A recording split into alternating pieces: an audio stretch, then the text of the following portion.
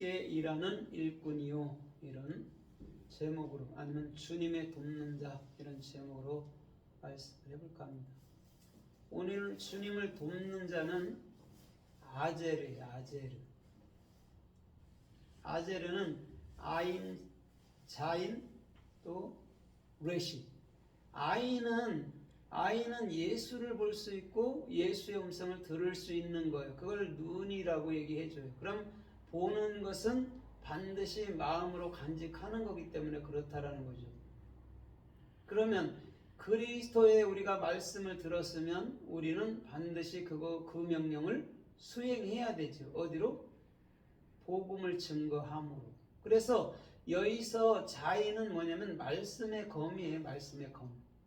그럼 우리가 말씀을 알아먹을 때 그 말씀을 증거하잖아요. 그죠? 그러면 그 말씀을 받는 자들이 그리스도라는, 이 우주에, 이 참으로 천지 만물을 지은 분은 그리스도고, 그리스도는 우리 마음속에 또는 우리 머릿속에 영원한 머리가 되어야 된다라고 우리가 참으로 고백해야 된다라는 것이죠.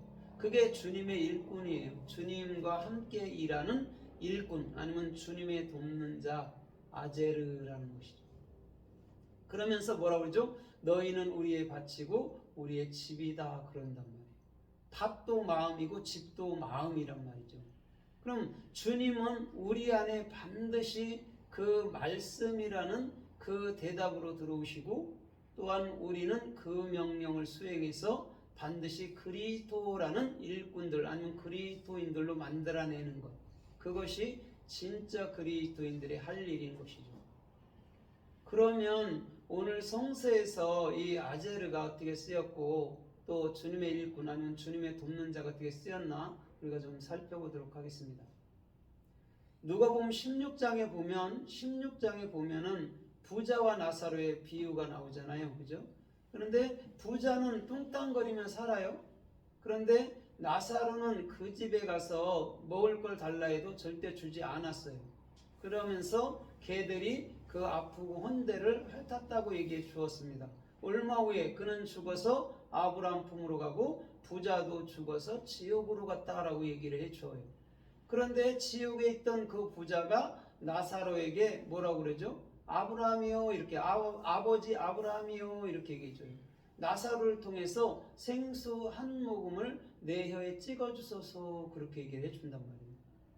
그럼 거기서 아자르가, 그쵸? 나사로가 지금 아자르거든요. 같거든요. 그러면 나사로는 이미 그리스도로서 그리스도의 돕는 자로 서야 되죠. 그러면 오늘 부자라는 자기 스스로에 대한 삶, 아니면 율법에 대한 부요함이 있어요. 이 사람은. 그런데도 불구하고 영원한 구원이라는 생명은 그에게 존재하지 않았던 거라는 것이죠. 그래서 그가 필요한 것은 뭐죠? 율법이에요, 이젠 복음이에요.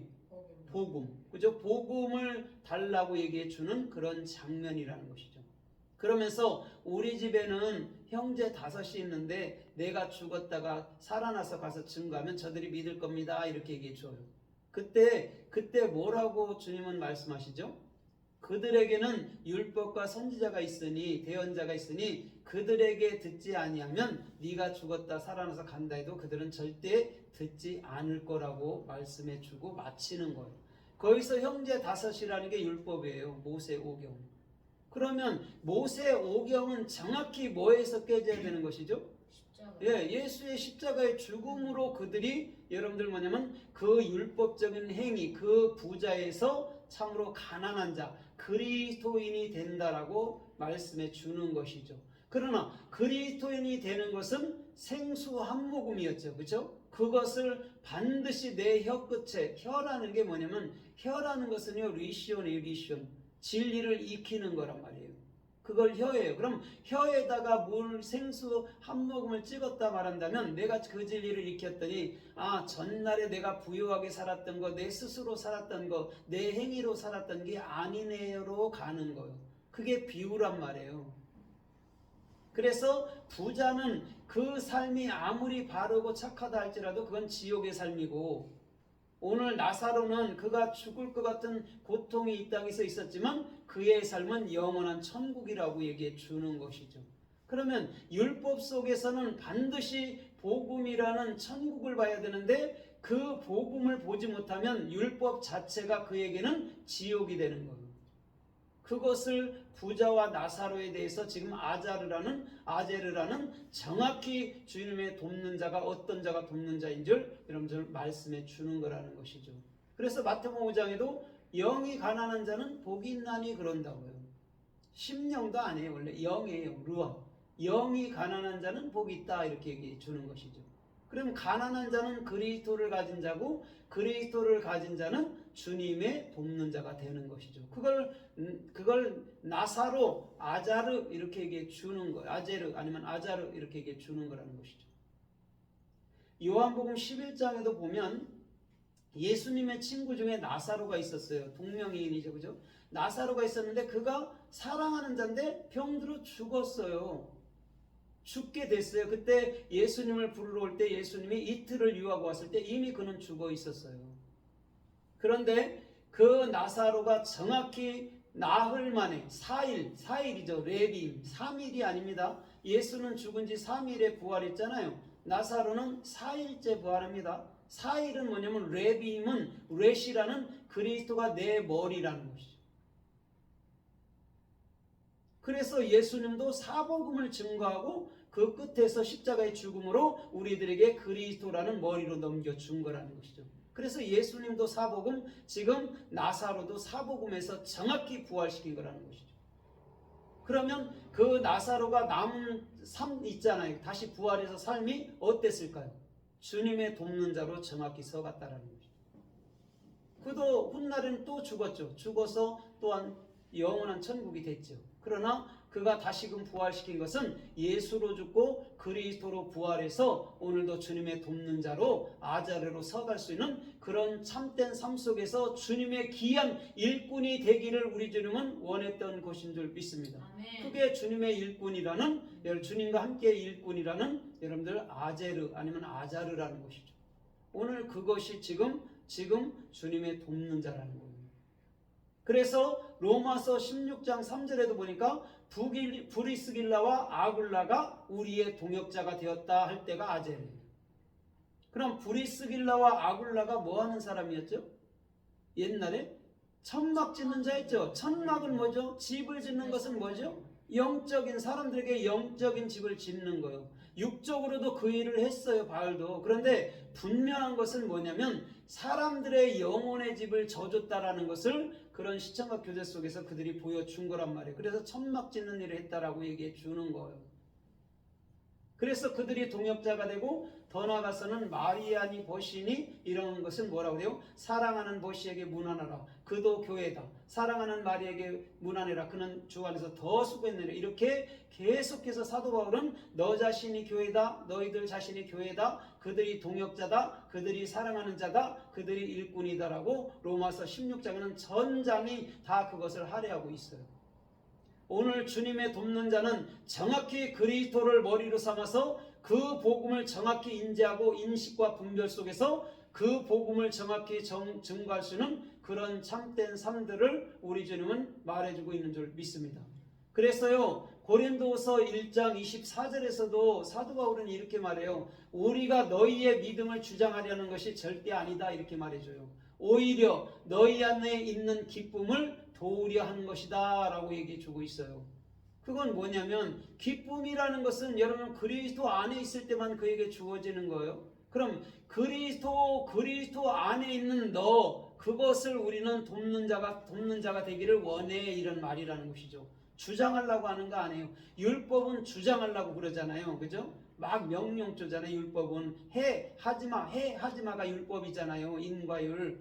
그런데 복음은 끊임없이 도와주는 거예요. 하게 도와주는 거예요. 율법은 하다 말다 안 한다 이러지만 복음은 끝까지예요. 절대 포기함이 없는 게 복음이에요.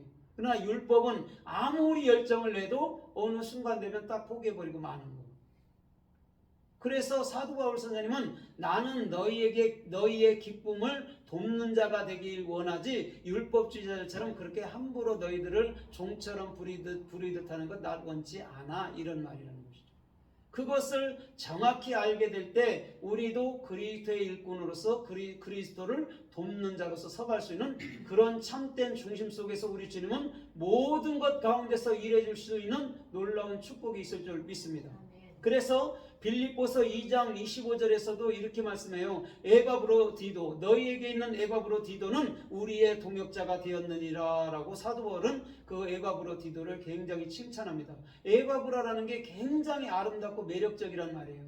그건 뭐냐면 디도가 정확히 진리로 서갈 때, 그 목사가 서갈 때 그 안에 있던 것이요 진짜 아름답고 진짜 매력이 있는 것처럼 그렇게 보였다라는 것이죠.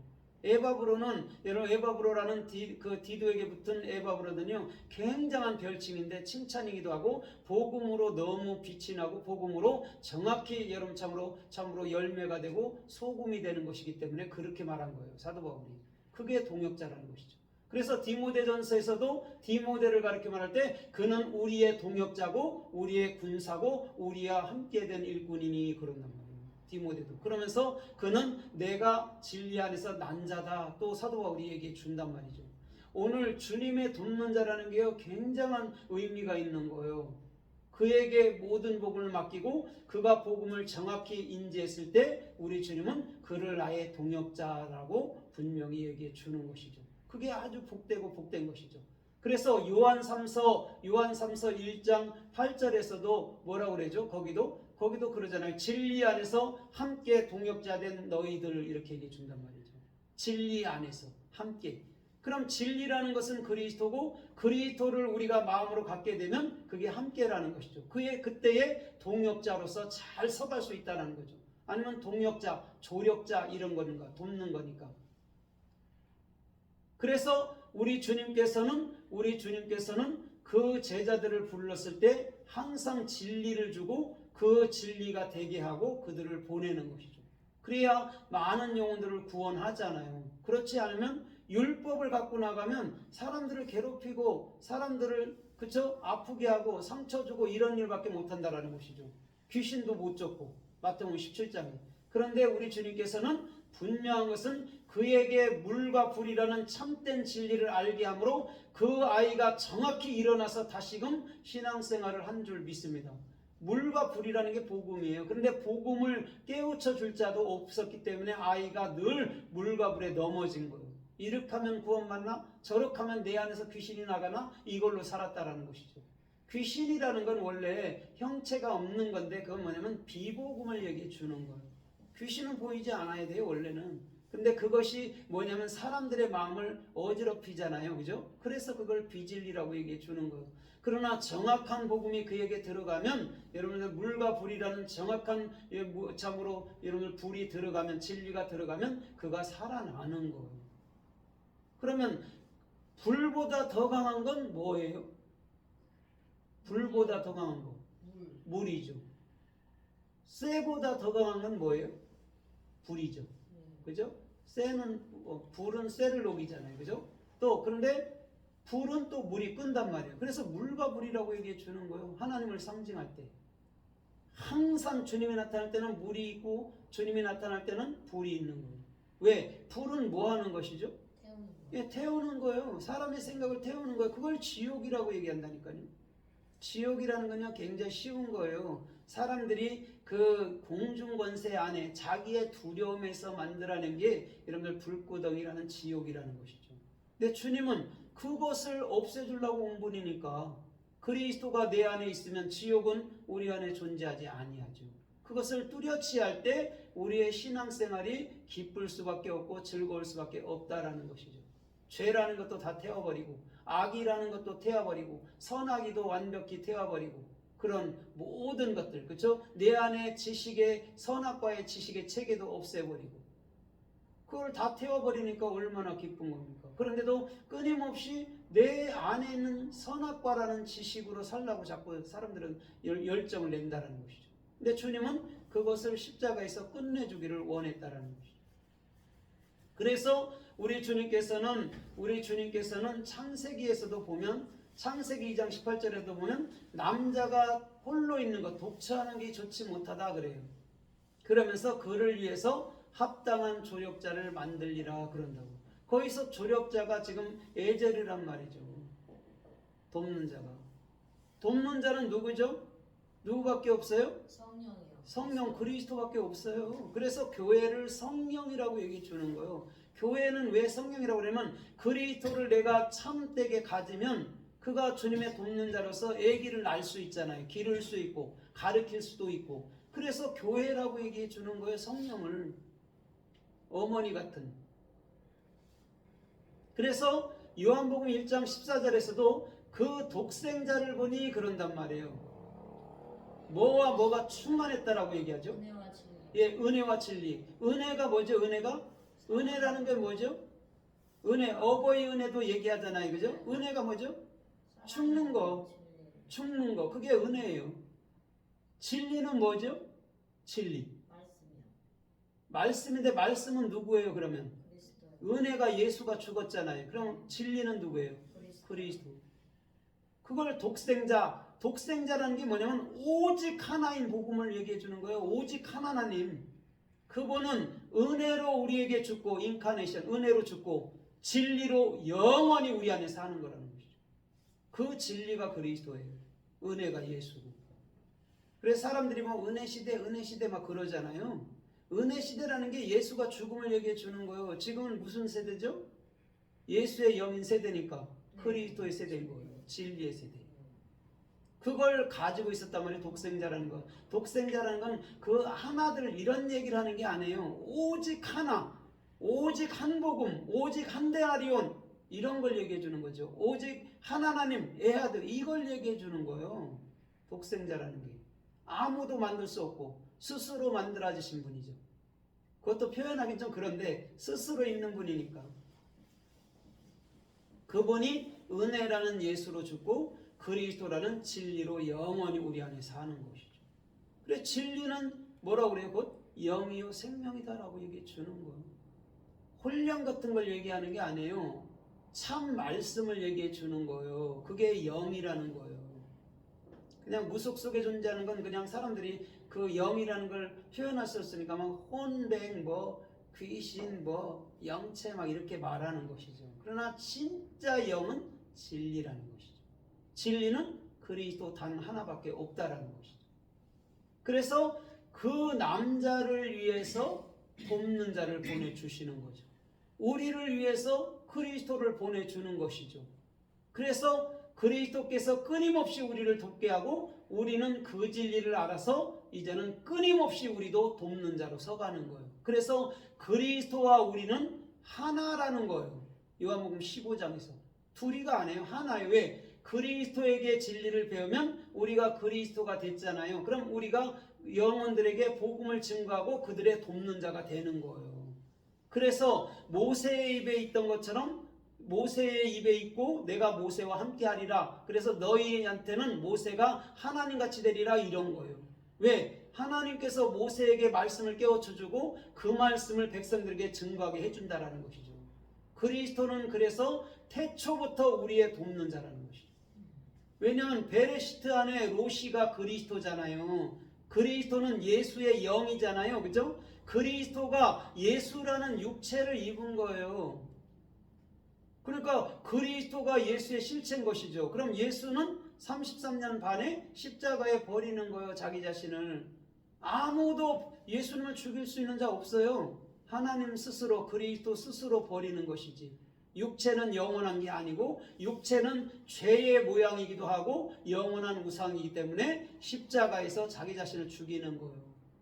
그래야지만이 우리 안에 영원한 그 예수의 영인 본체인 그 첼렘 아담으로 우리 안에 들어오는 거죠. 본체의 하나님으로. 그래서 우리가 그 안에서 영원히 천국을 맛보고 그리스도와 함께 영생을 살게 되는 거예요.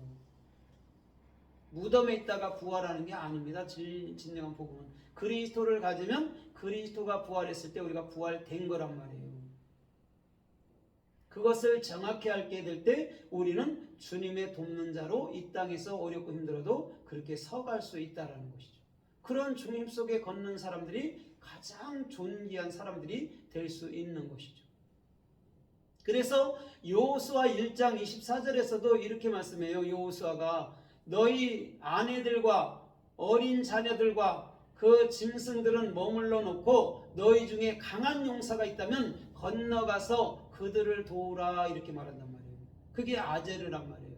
그럼 왜 아내와 어린 자녀와 짐승들은 머물러 놨을까요? 그들은 그저 전투에 가서 못 나가게 하고 머무르게 했단 말이에요. 왜 머무르게 했죠? 예, 그들은 진리가 돼야 될 자들이니까. 유아들이 가서 무슨 전쟁을 하겠어요? 아내들이 가서 뭔 전쟁을 하겠어요? 그렇죠? 그래서 그들은 머무르게 하고 너희 중에 강한 용사들 보내서 참으로 그들을 돕게 하는 것이죠. 오늘 주님의 돕는 자로 서가는 자들이 강력한 은혜를 가진 자인 줄 믿습니다. 아멘. 그래서 요한일서 2장 14절로 17절까지 보면 아이들아 이렇게 말이죠. 그래서 아비들아 너희가 태초에 관한 그분을 알았으며 또 청년들아 너희가 참으로 태초에 있는 일을 알았고 또한 참으로 흉악한 자를 이겼음이라. 또 아이들아 너희가 참으로 태초에 계신 그 아버지를 알았음이라 이렇게 얘기해 준단 말이에요. 그런데 아이, 아비, 청년 이렇게 나온단 말이에요. 그런데 그 중에서 가장 강력한 여러분의 신앙은 아비의 신앙생활이라는 거죠. 왜? 아비는 저 고린도전서 4장에 보면 그리스도 안에서 1만 스승이 있는데 아비는 많지 아니하나니 그런단 말이에요. 아비 단계는 그리스도란 말이죠. 에베소 4장 15절에 그리스도가 머리인 것처럼 그 머리까지 자라가는 것처럼 그리스도가 머리인 자들이 아비라는 것이죠. 그럼 청년은 힘이 강력하긴 한데 아비만큼 지혜롭지는 못합니다.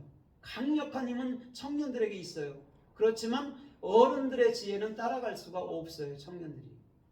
그래서 청년 여호수아가 그 모세를 따라다니면서 자기에 있는 모든 것을 버리는 거예요.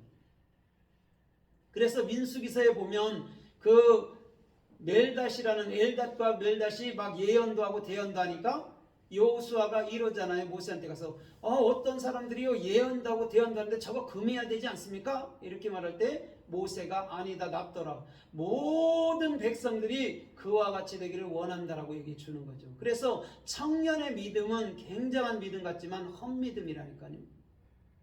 모든 사람들이 그리스도라는 머리로서 성령을 받아서 그리스도인으로 똑같이 살기를 모세나 하나님은 원하는데 여호수아는 그렇지 못했다라는 거죠. 그래서 여호수아는 모세가 죽기까지 끊임없이 자기 자신을 내려놓고 그분을 쫓아다니면서 그리스도라는 진리를 배워야 되는 것이죠. 그래서 마침내 여호수아에 나와서 여호수아가 주장하는 것이죠. 그때도 이미 그도 나이가 먹어서 임박해서 죽을 때가 임박했죠.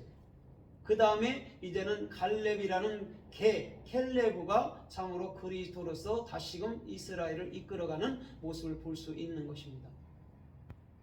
그런데요, 여호수아서 10장에 보면 그 가나안 왕 5왕이 연합을 해갖고 기브온 족속에게 쳐들어왔어요. 왜 쳐들어왔냐면 기브온 족속도 가나안 그 족속 중 왕 중에 하나였는데 그가 배반하고 여호수아하고 언약을 맺었어요. 그러니까 이들이 보니까 밉잖아요. 그래서 그를 쳐들어온 거예요. 그때 기브온이 이렇게 말합니다. 여호수아여 속히 와서 도우소서 그런단 말이에요.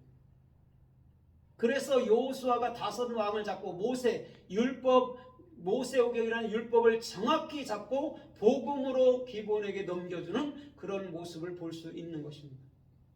그래서 도우라고 얘기해 주는 것이죠. 아제르. 복음만이 승리할 수 있는 거예요. 사도행전 사무엘상 17장에도 보십시오. 17장 40절로 45절에도 다윗이 그 골리앗이라는 그저 삼척되는 골리앗을 이길 수 있는 것은요, 그 시냇가에서 메꾸러운 돌 5개, 모세 오경을 가졌는데 그것을 정확히 복음 하나, 참 사랑, 참 은혜로 그에게 던졌을 때 그는 이마에 맞고 그는 쓰러져 버린 거죠. 이마라는 게 생각이에요. 생각은 그 사람 전체를 얘기해 주는 거죠. 그럼 율법적인 사상을 완벽하게 깨트리는 것은 복음인 줄 믿습니다. 아멘. 복음만이 우리를 살리는 거죠. 복음만이 골리앗을 살리는 거라니까요. 육신의 생각인 골리앗은 죽이고 영인 그 골리앗을 살려서 그 은혜를 보답하는 자로 여러분들 참으로 남게 해주는 거예요. 그래서 그가 키가 크다라고 얘기해 주는 거죠. 진리가 키가 크다라는 거는 진리가 끝까지 완벽하게 내 생각이 죽고 완벽하게 차버리면 그를 당할 자가 없다라는 게 골리앗이란 말이에요. 타락된 네피림이 그래서 그런 게 아니란 말이에요. 사람이 크가 크다고 여러분 네피림이고 작다고 사람입니까? 그리스도가 없으면 다 여러분들 네피림들 아닙니까? 그죠? 그러나 반대로 그리스도가 있으면 키가 크든 작든 다 그리스도인으로서 그 은혜를 보답하는 자가 여러분들 삶이 돼야 된다는 거죠. 그게 골리앗에 담긴 은혜고 그것이 다윗의 물맷돌 5개에 여러분 5개 중에 하나, 그러니까 5개 중에 있던 거예요. 율법 중에 복음, 율법을 복음으로 바꿔낼 수 있는 능력이 다윗에게만 있는 거예요. 다윗이 몇 세 때요? 17세 때예요. 17이라는 게 뭐죠? 10 아세르, 7이 뭐죠? 쉐부아. 예수 그리스도를 올바른 비전 속에서 내 마음에 담은 자, 그게 17세예요. 그래서 요셉도 17세입니다. 창세기 37장에 보면 요셉도 17세에 갑니다. 다윗도 17세에 갑니다. 다윗도 30세에 왕이 됩니다. 요셉도 30세에 총리가 됩니다. 다니엘도 30세에 총리가 됩니다. 총리 셋 중에 우두머리입니다.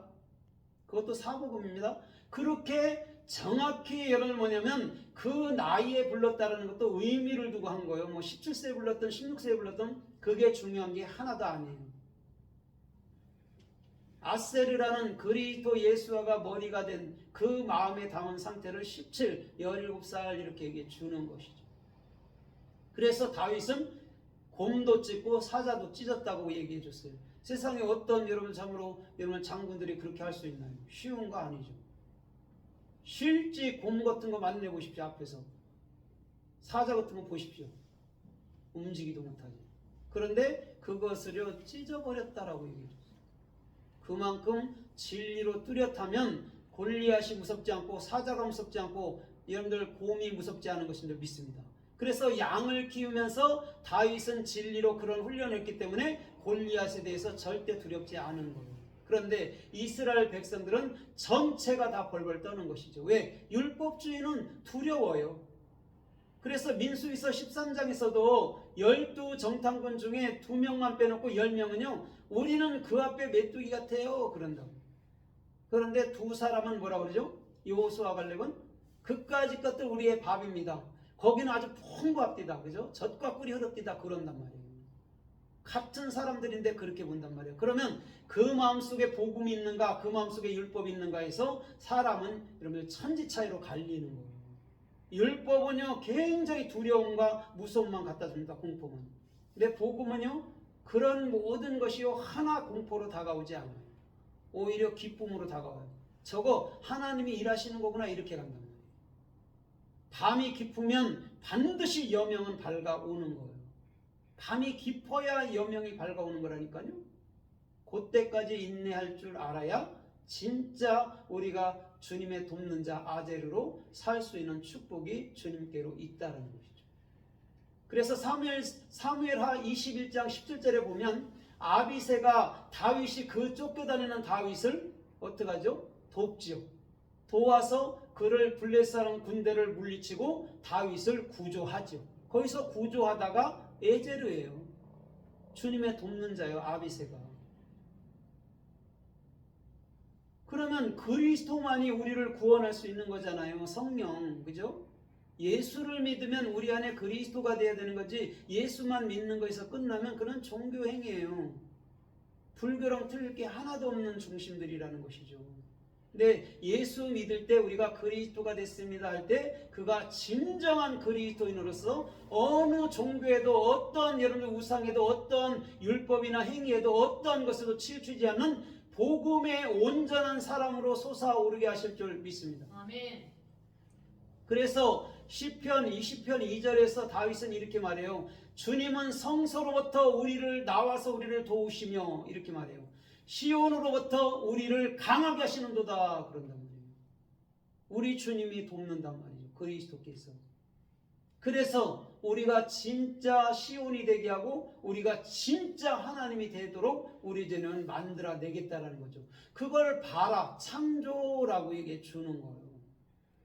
바라는 창조예요. 그럼 우리는 창조를 뭘로 했는가? 우리 안에 로시로 했다라는 거죠. 그게 창조란 말이에요. 그게 뭘로? 에트 샤마임, 에트 아레츠, 베트 아레츠, 하늘과 땅으로 이렇게. 그러면 창세기 2장 1장 2절에서 땅이 혼돈하고 공허하며 나가는 것이죠. 그러니까 마음 땅을 얘기해 주는 거예요. 그리스도가 온전하게 우리 안에 없다면 우리는 공허할 수밖에 없고 좀 불안할 수밖에 없다라는 것이죠. 그래서 3절에서 하나님의 신이 수면에 운행하시는 것이죠. 그리스도가 들어와야 혼돈과 공허가 완벽하게 제자리를 잡는 거죠. 그걸 창조라고 얘기해 주는 거예요. 이 땅에 거 이런 나무들은 주님이 이스라엘에 있을 때 있었단 말이에요. 어느 한 순간에, 한 날에.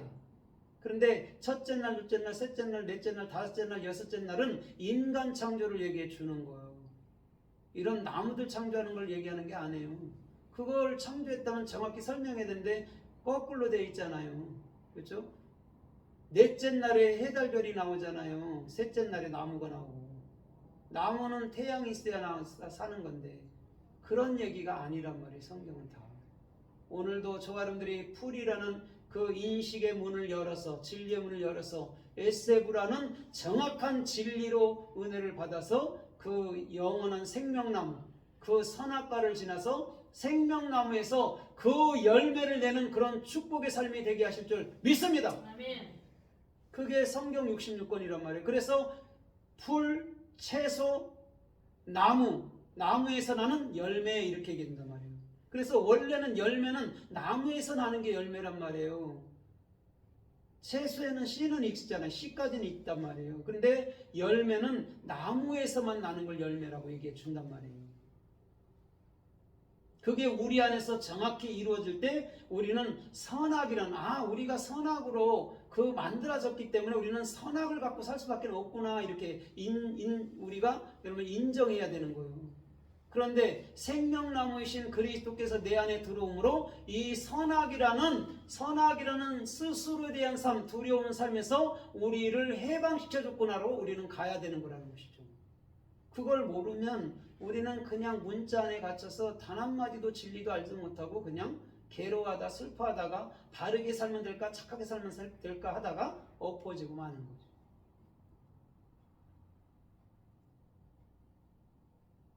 그래서 시편 33편 20절에도 보면 주님께서는 우리들에게 뭐가 되죠? 우리를 도우시고 우리들에게 뭐가 돼요? 방패가 되시나니 그런단 말이에요. 어떤 자에게? 기다리는 자에게. 시편 33편 20절에서 주님을 기다리는 자에게 도움으로 오고 우리의 방패가 되어 준대요. 시편 18편 2절에도 말하죠. 그죠? 주님은 나의 방패시요 피할 바시요